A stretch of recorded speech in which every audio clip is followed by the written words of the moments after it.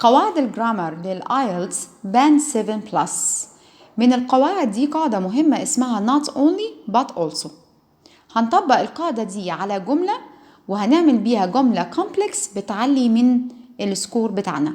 الجملة قبل ما نطبق عليها القاعدة بتقول We should ban the use of plastic and fossil fuels.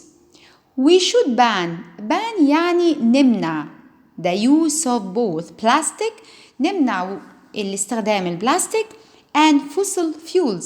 fossil fuels هي الطاقة الغير متجددة اللي بتبقى موجودة تحت الأرض وبنستخدمها في الطاقة للمصانع والمكن، وللأسف الطاقة دي لما بتتحرق بتطلع ثاني أكسيد الكربون فبتلوث الجو.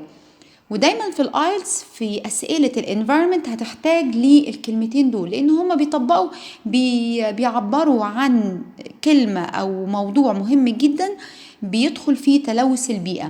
دلوقتي هنطبق القاعدة not only but also على الجملة دي، وكل اللي هنعمله ان احنا بدل ما هنقول we should هنغير الترتيب وهنعملها كأننا بنسأل.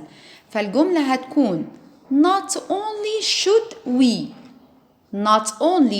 we ban the use of plastic but we should also ban fossil fuels. يبقى أنا كده استخدمت not only عشان أعمل جملة complex قوية جدا بتعلي السكور بتاع الرايتنج.